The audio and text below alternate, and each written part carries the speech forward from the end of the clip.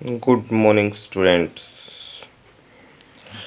Today we start our next lecture of economics.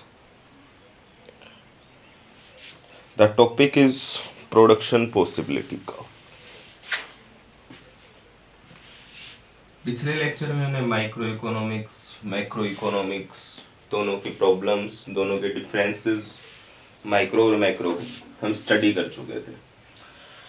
अब सबसे पहले हम प्रोडक्शन पॉसिबिलिटी कर्व को स्टडी करेंगे, फिर हमारी इकोनॉमी की जितनी भी सेंट्रल प्रॉब्लम्स हैं वो सभी की सभी पीपीसी के ऊपर सोल्व करेंगे। ओके बेटा, हम हमारी सेंट्रल प्रॉब्लम्स भी कर चुके थे। Our topic is production possibility curve. What is the name of our topic? The name of our topic is production possibility curve. Okay. तो बेटा इसको समझते हैं। सबसे पहला production. What is the meaning of production? Production होता है बेटा जी increase in utility of any commodity is called production।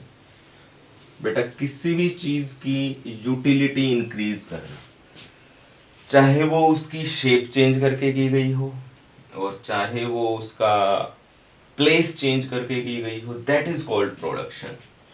Okay, अब हमारे इसमें क्या समझ में नहीं आया, हमारे समझ में ये नहीं आया कि that what is the meaning of utility.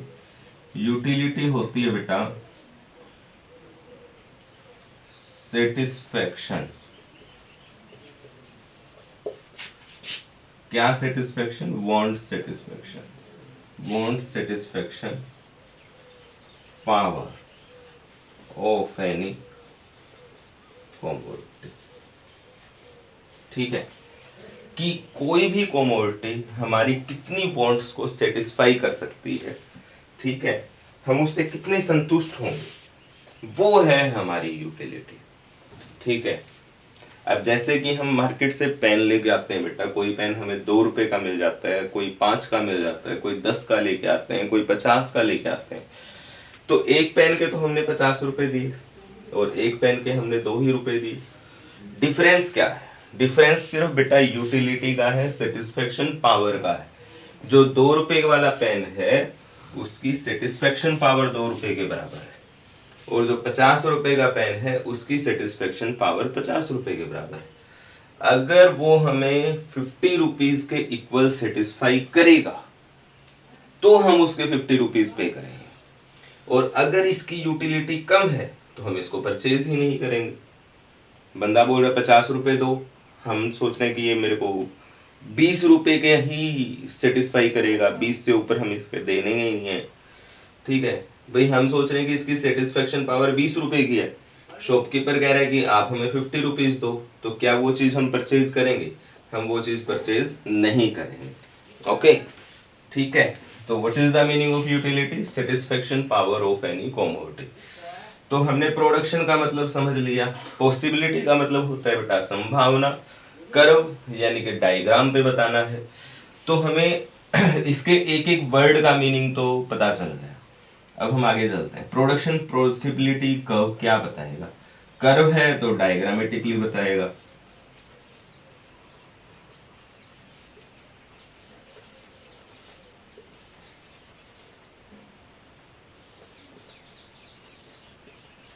क्या रिप्रेजेंट करेगा?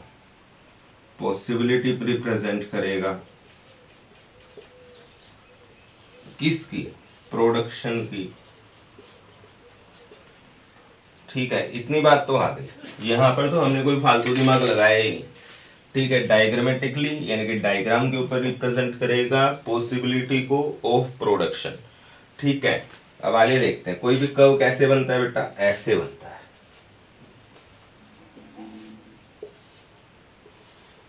तो यहां पर हम कितने गुड्स शो कर सकते हैं?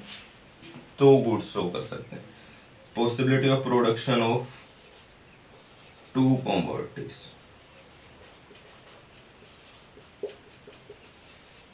ठीक है, कितनी commodities? टू। ठीक है, इकोनॉमिक्स कौन सी है बेटा? ये माइक्रो इकोनॉमिक्स। तो माइक्रो इकोनॉमिक्स में सारी चीजें क्या रहती हैं? फिक्स रहती हैं। मतलब क्या हो गया कि व्हेन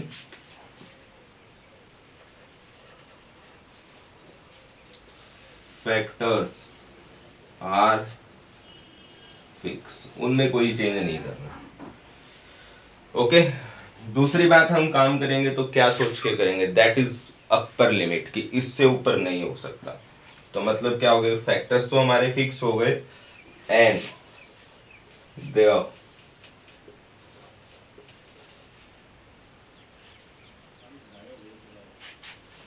फुल्ली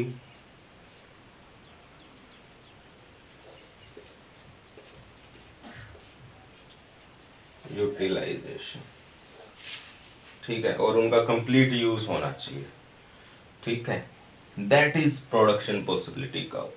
डायग्रामेटिक रिप्रेजेंट करेगा पॉसिबिलिटी ऑफ प्रोडक्शन को। कितनी कमोडिटीज की? टू कमोडिटीज की। फैक्टर्स फिक्स होंगे, उनका फुली यूटिलाइजेशन होगा। और माइक्रो इकोनॉमिक्स है, इसमें कोई चेंज नहीं हो सकता बेटा। तो टेक्नोलॉजी भी हमारी क्या रहेगी? कांस्टेंट रहेगी। उसमें आप किसी भी टाइप का कोई भी चेंज नहीं कर पाओगे। ठीक है, तो आप अपने कौन से लेवल पे हो? आप अपने हाईएस्ट लेवल पे हो। आप जो काम करोगे वो कौन से लेवल पे करोगे बेटा? हाईएस्ट लेवल पे काम करोगे। ठीक है, अगर आप अपने हाईएस्ट लेवल पे काम कर रहे हो कि उससे ज्यादा प्रोडक्शन हो ही नहीं सकता, तो कल को अगर आप उसमें किसी भी टाइप का कोई भी चेंज करोगे तो आपको क्या होगा? लॉस होगा। क्या होगा? लॉस होगा। ठीक है, तो कैसे होगा वो भी देख लेते हैं। कि जैसे कि बाय द वे दो गुड्स हैं बेटा, एक तो ए एक बी। ठीक है, इसके आप 10 यूनिट्स प्रोड्यूस कर रहे हो, इसकी एक भी नहीं कर रहे हो। ठीक है, अब जैसे ही आपने इसकी 1 यूनिट प्रोड्यूस की तो आपने इसका 1 का सेक्रीफाइस कर दिया। ठीक है ना? बाकी आप तो हाईएस्ट लेवल पे हो ना, चेंज करोगे तो लॉस होगा। फिर आपने इसकी एक इंक्रीज की तो आपको यहाँ पर प्रोडक्शन मिला 7 का। फिर आपने एक इंक्रीज की, आपको प्रोडक्शन मिला 4 का। ठीक है, फिर आपने एक इंक्रीज की, आपको प्रोडक्शन मिला यहाँ पे 0 का। ठीक है, देखो यहाँ पर यूनिट तो एक ही इंक्रीज हो रही है। कितने यूनिट्स इंक्रीज हो रही हैं? 1 यूनिट इंक्रीज हो रही है। और लॉस शुरू में 1 का है, फिर 2 का है, फिर 3 का है, फिर 4 का है। ये आपको क्या हो रहा है? लॉस। ठीक है ना? और गेन कितना हो रहा है? सिर्फ 1 यूनिट का। ठीक है, ओके। क्योंकि हम हमारी प्रेजेंट पोजीशन मैक्सिमम है बेटा, उससे ऊपर नहीं हो सकती। चेंज करेंगे तो क्या होगा? लॉस होगा। तो हमें लॉस हो रहा है। ठीक है, हम हाईएस्ट पोजीशन पे थे, चेंज किया तो पहले 1 का लॉस हुआ, फिर उससे ज्यादा हुआ, फिर उससे ज्यादा, और फिर उससे ज्यादा। अब इसको कोई नाम दे देते हैं। किसी भी चीज की 1 यूनिट चेंज होना बोलते हैं बेटा उसको मार्जिनल। ठीक है, और ये चीज इंक्रीज हो रही है, इसको बोलते हैं इंक्रीजिंग। ठीक, और एक चीज को इंक्रीज करने के लिए जो दूसरे का सेक्रीफाइस करते हैं बेटा, उसको बोलते हैं अपॉर्चुनिटी कॉस्ट। तो ये रूल बन गया increasing marginal opportunity cost. Okay, इसके कारण आपका जो ये डायग्राम बनेगा ये कुछ इस शेप का बनेगा। That is called concave. Okay, downward. अब आपसे पूछ लिया जाए कि ये डायग्राम डाउनवर्ड क्यों बना, सबसे पहले आप इतना स्टडी कर लो, फिर हम आगे करते हैं। Okay okay.